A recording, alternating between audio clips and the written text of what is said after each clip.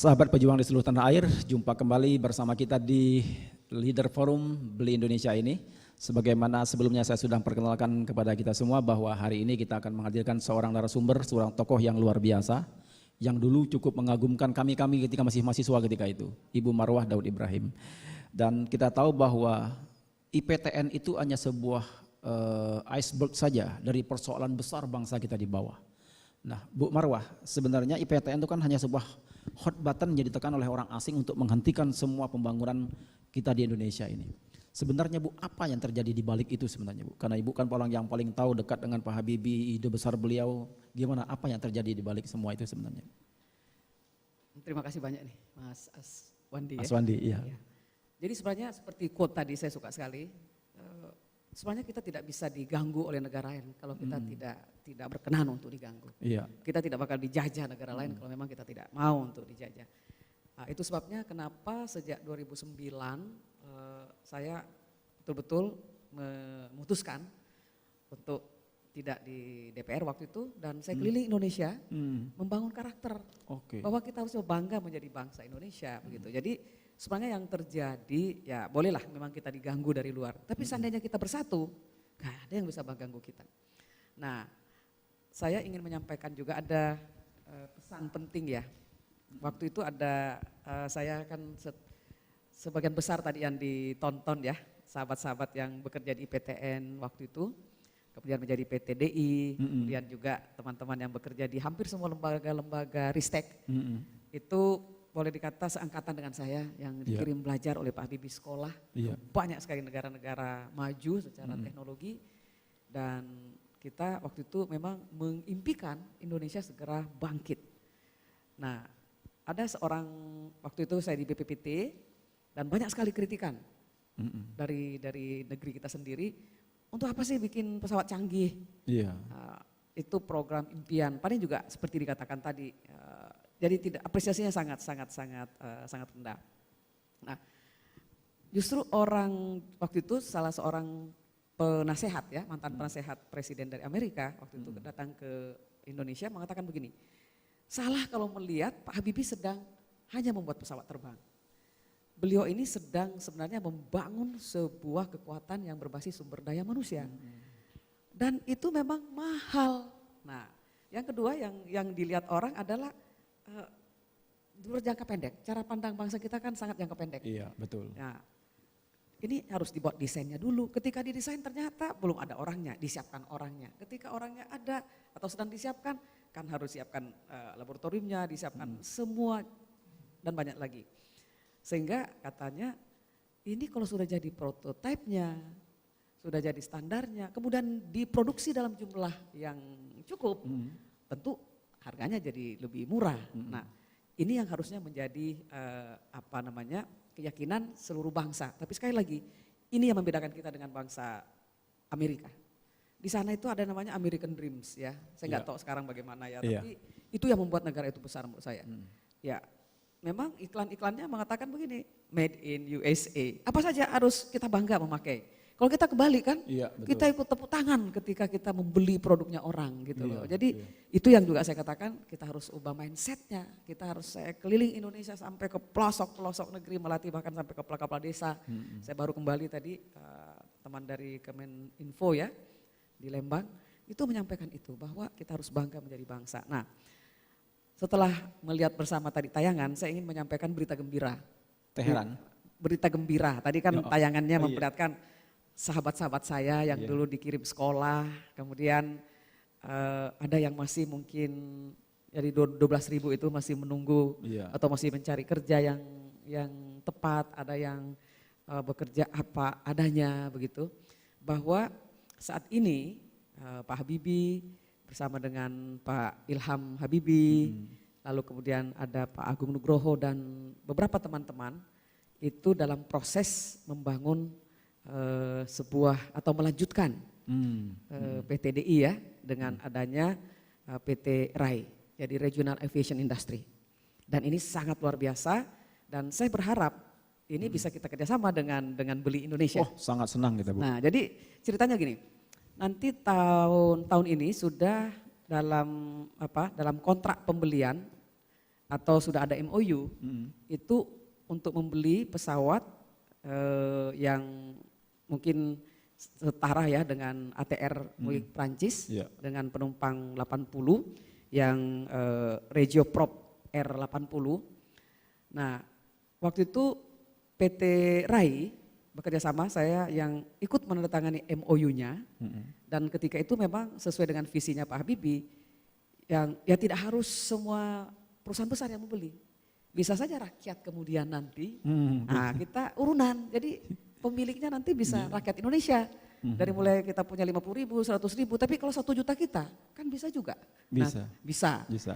Nah ini sudah perusahaan milik Sriwijaya 6 ya, itu sudah MOU untuk 100 pesawat dan Kalstar sudah tanda tangan untuk 25 pesawat dan saya waktu itu atas nama ICMI MOU dengan PT RAI dan saya bahagia sekali hari ini karena saya bisa dengan teman-teman dari Beli Indonesia kita mulai bahwa kekuatan itu bisa di tangan kita dan pesawatnya sekarang sudah dalam proses desain. Tahun depan, tahun 2015 itu sudah akan dimulai prototipenya dan insya Allah kita yakin dan harus ikut berjuang dan Pak Habibie sangat all out. Tahun 2018 udara Indonesia dan mungkin udara di sekitar Asia Pasifik ini sudah akan kembali diterbangi oleh produk-produk dirgantaranya Indonesia. Amin, insya Allah. Luar biasa. Ya kita berharap sih suatu ketika kita akan live langsung dari hanggar atau dari pabriknya PT apa jadi Bu? PT RAI tadi itu. Iya. Nah, Bu Pak Habibie masih sangat semangat dengan usia seperti si Bu itu ya? Sangat semangat dan sebelum-sebelumnya setiap beliau berbicara tentang bagaimana waktu itu AMF, lalu kemudian bagaimana beliau mendidik anak-anak ya termasuk saya ini luar negeri sekolah dengan harapan yang luar biasa dan beliau tahu betul mereka semudah menyebar di seluruh perusahaan-perusahaan di luar negeri dan beliau mengatakan 5-10 tahun lagi mereka sudah pensiun. Jadi kalau tidak sekarang aset bangsa ini susah. Nah nantinya ini akan dibutuhkan sekitar 50 ahli dan PT Regio itu akan kerjasama juga dengan PT DI. Dan setelah itu sekitar 500 sampai 1.000 orang akan bekerja di sana. Dan saya baru mendengar 6 hari yang lalu Lion juga sudah menyatakan bahwa akan membeli pesawat juga dari PT RAI dan itu buatan Indonesia. Dan memang Pak Habibie di beberapa kali kesempatan mengatakan kita fokus pada pesawat yang juga dulu ketika di PT DI itu yang N250 itu pesawat yang jarak tempuhnya pendek. Iya. Jadi tidak usah kita bersaing dengan Boeing yang ada benua di Seattle yang di mana Pak Happy ada di sana atau Airbus yang juga itu gabungan negara di Eropa. Nah kita bersaing dengan ATR dan Prancis negara dengan misalnya ya. Lalu kemudian ini bisa kita kerjasama dengan Pemda-Pemda, bahkan beberapa hari yang lalu sudah PT RAI dengan Pemda Jawa Barat dan Kalstar itu kan dengan Kalimantan. Jadi nanti daerah-daerah, beberapa daerah kita kan daerah kepulauan atau daerah yang jarak ininya melewati gunung-gunung seperti di Papua. Nanti Pemda-Pemda bisa punya pesawatnya dan tidak perlu jauh-jauh mencari pesawat. Cukup beli di PT RAI Indonesia dan kita berharap sahamnya adalah milik rakyat Indonesia. Dan ICMI bisa bekerja sama dengan Beli Indonesia. Kita sudah bisa mulai jalan karena MOU-nya sudah saya lakukan dan sebagai ICMI dan memang waktu itu saya membayangkan harus kerjasama dengan Pak Happy Trianggono dan teman-teman sudah langsung bisa jalan kita punya saham, rakyat punya saham PT-nya sendiri. Ya. Beli Indonesia kan temanya sama dong dengan tema kita. Beli Indonesia, kita beli Indonesia Bu, salamnya pun Beli Indonesia nanti Bu. Nah tapi kalau soal pembangunan karakter yang Ibu bilang tadi bahwa kita sempat kehilangan Bu Marwah dalam waktu beberapa tahun. Tapi setelah saya tahu ternyata beliau keliling. Saya pikir wah beliau ini sudah lari dari kenyataannya. Ternyata tidak. Justru beliau tuh masuk ke Gua Hiro barangkali atau apalah namanya. Itu apa yang dilakukan teman-teman Ibu? Jadi saya waktu itu sebenarnya melihat kok banyak sekali anak-anak yang tawuran. Anak SMP, anak SMA. Saya kemudian berpikir, loh kok anak-anak di negara maju itu hampir tidak pernah kita lihat seperti itu ya. Bahkan dari satu kelas ke kelas yang lain, pagi hari sudah bangun subuh, pergi sekolah, sore itu sudah sibuk semua. Nah setelah saya tanya apa, ternyata salah satunya adalah mereka itu semua punya mimpi, ada impian masa kecilnya. Lalu kemudian untuk mendapatkan itu mereka punya prinsip bahwa ini impian saya harus meraih sendiri. Bukan kalau saya dapat dananya dari bapak saya, dari ibu saya, itu bukan saya begitu. Dan untuk mencapai itu kemudian terbangun karakter, disiplin, bekerja keras, bekerja sama, dan di dalamnya ada nasionalisme di situ. Jadi waktu itu saya berpikir, dan lagi-lagi dimulai sebenarnya waktu itu kita punya program beasiswa Orbit di ICB, dan bersama dengan Pak Wardiman waktu itu yang menteri, kemudian ada Pak Tandri Abeng, ada beberapa lah. Kita mulainya di Sulawesi Selatan, di Jawa Timur, dan di DKI. Saya waktu salah satu yang kita buat di situ bagaimana setiap orang mengetahui potensinya, melihat begitu banyak peluang yang ada di negeri ini. Lalu kemudian kita ajak mereka fokus pada cita-citanya dan mengurai mimpinya, dan salah satunya kita minta setiap orang harus membuat daftar impian dan peta hidup. Dari 0 tahun sampai 70 tahun usianya, dia harus menghasilkan apa yang manfaatnya bisa lebih panjang usianya dari usia hidupnya. Nah ketika itu hampir semua siswa-siswa mengatakan gini, waduh kalau semua siswa Indonesia punya seperti ini, Indonesia pasti lebih bagus. Nah, dari akhirnya diminta untuk kita adakan. Tapi sesudah itu mereka pulang ke sekolahnya mengatakan begini, ibu harus melatih gurunya. Kenapa? Kita sekarang sangat aktif di sekolah tapi gurunya suruh pulang cepat. Nah kita latih kemudian gurunya. Gurunya mengatakan latih dong kepala sekolahnya.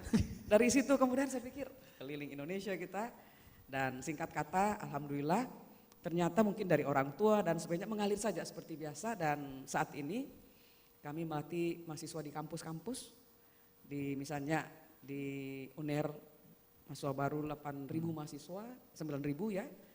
Baru kami kembali dari Kendari, itu juga sampai 15 kelas, 8.000 mahasiswa baru juga diminta untuk sehingga 5 tahunnya itu mau ngapain di kampus. Bukan hanya kuliah, tapi ibadahnya lebih baik, mungkin dia bisa menambah hafalan Al-Qur'annya selama kuliah, menambah temannya, kemudian bisa membangun usaha, mencari beasiswa dan sebagainya. Kalau tidak, mereka nongkrong-nongkrong di kampus. Nah setelah itu ternyata tidak cukup hanya itu, kami kemudian diminta oleh beberapa departemen. Jadi di departemen di Diknas, saya tadi ini baru pulang dari Lembang, Bandung. Lembang, Bandung, karena Kementerian Komunikasi Informasi itu meminta untuk kami juga mendampingi, melatih ya salah satu direktorat di sana, dan sangat luar biasa. Sebelumnya kami bahkan juga diminta melatih untuk Pertamina. Jadi Pertamina waktu itu ingin menjadi world class company ya. Nah bagaimana bersinergi antar hulu, hilir dan sebagainya, itu ternyata biasanya kita kan trainingnya lebih ke manajerial dan kompetensi. Nah padahal yang banyak perlu dilakukan adalah tadi karakter, perilaku. Nah ini yang kita lakukan, dan saya senang sekali nanti kalau bisa bekerja sama dengan teman-teman untuk saling mengisi, karena biasanya salah satu yang kita harapkan adalah setelah selesai itu memang sesuai dengan bakat minatnya, banyak sekali yang ingin mengembangkan usaha. Nah itu bukan lagi tugas saya, itu sudah bisa masuk di ranahnya teman-teman di ini ya, di program baik, ini. Bu. Sahabat pejuang di seluruh tanah air, Indonesia ini memang dari kasus IPTN itu kita tahu bahwa sesungguhnya kita memang didesain supaya kita tidak menjadi sebuah negara produsen, tetapi kita didesain untuk menjadi negara konsumen. Karena apa? Karena di sini ada 250 juta orang yang siap mengkonsumsi apa saja. Maka Nielsen itu mengatakan bahwa Indonesia itu menjadi negara terkonsumtif nomor 2 di dunia setelah Singapura. Cuman kan kita tahu bahwa 60%-nya di Singapura itu yang belanja orang Indonesia semua. Jadi Indonesia itu nomor 1 sekaligus nomor 2. Mengapa? Karena banyaknya konsumen Indonesia, dan kita didesain supaya kita jadi produsen. Kalau kita menjadi negara produsen, maka itu sangat menakutkan buat negara-negara lain di dunia.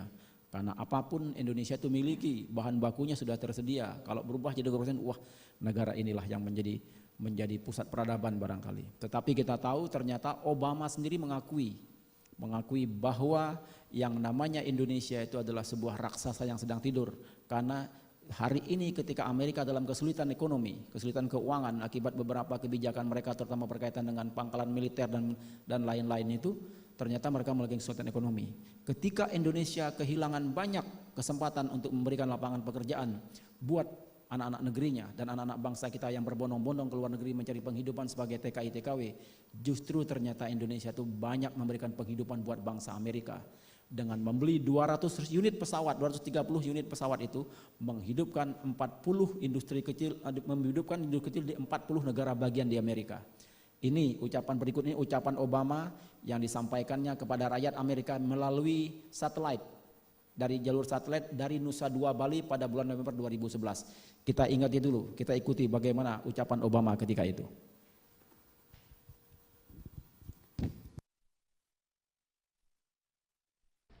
Today, I'm speaking to you from Indonesia as I finish up my trip to the Asia Pacific, the region where we do most of our trade and sell most of our exports. And over the past week, the progress we've made in opening markets and boosting exports here will help create more jobs and more growth in the United States. Here in Indonesia, I was proud to join leaders from some of our nation's top companies as they announced trade deals that will support nearly 130,000 American jobs and potentially increase U.S. exports by up to $39 billion. Boeing, for example, will sell more than 200 planes to Indonesia that are built with parts from suppliers in more than 40 states. And a deal to export GE engines will support jobs at plants in Ohio and North Carolina. These agreements will help us reach my goal of doubling American exports by 2014, a goal we're on pace to meet. And they're powerful examples of how we can rebuild an economy that's focused on what our country has always done best, making and selling products all over the world that are stamped with three proud words: Made in America. Yes, the key word is made in America. Tapi kenapa kita sendiri tidak mengatakan bahwa kita harus selalu menggunakan dan mencintai membela made in Indonesia? Itu yang hilang dari bangsa kita kali ini. Bu Marwah, kita harus melanjutkan pada sesi berikutnya, tetapi kebiasaan kita pada pukul 15.30 kita harus break untuk sholat asar selama 30 menit. Ini kita menyesuaikan dengan waktu Jakarta. Jadi kalau teman-teman mungkin di Balikpapan atau di mana di Makassar sudah duluan barangkali. Tapi para sahabat pejuang di seluruh tanah air, kita akan break dulu selama 30 menit, nanti kita akan lanjutkan perbincangan dengan Bu Marwah, akan semakin menarik karena kita tidak tahu behind the scene ketika itu apa yang terjadi di Republik ini. Mungkin karena beliau ketika itu dekat dengan Pak Habibie dan dekat dengan pusat kekuasaan, banyak yang tidak terungkap. Berkaitan bagaimana kita, yang ingin kita gali tentu adalah yang berkaitan bagaimana kita membangun ekonomi dan membangun karakter bangsa kita. Di sesi berikutnya nanti kita langsung berhubungan ke Seattle, mengunjungi Pak Happy, kita ajak berbincang beliau. Dan tadi kita sudah mengadakan uji coba dan insya Allah nanti kita akan langsung bisa berbincang-bincang apa yang terjadi. Di Seattle itulah tempat industri pesawat terbang yang namanya Boeing, yang tadi gambarnya kita tayangkan pada bagian awal ketika pembelian pesawat oleh sebuah maskapai swasta di Indonesia. Bagaimana bangsa kita yang diwakili oleh beberapa parlemen dan pejabat eselon di lingkungan Dirjen Perhubungan Udara ketika itu. Bagi kita bangga sekali. Nah, sebuah kebanggaan yang terbalik ternyata karena kita tidak tahu siapa yang kita bela. Kita akan kembali dalam 30 menit ke depan, kita break dulu untuk memberikan kesempatan sholat asar dan tetaplah di saluran ini sambil menikmati beberapa tayangan berikut ini.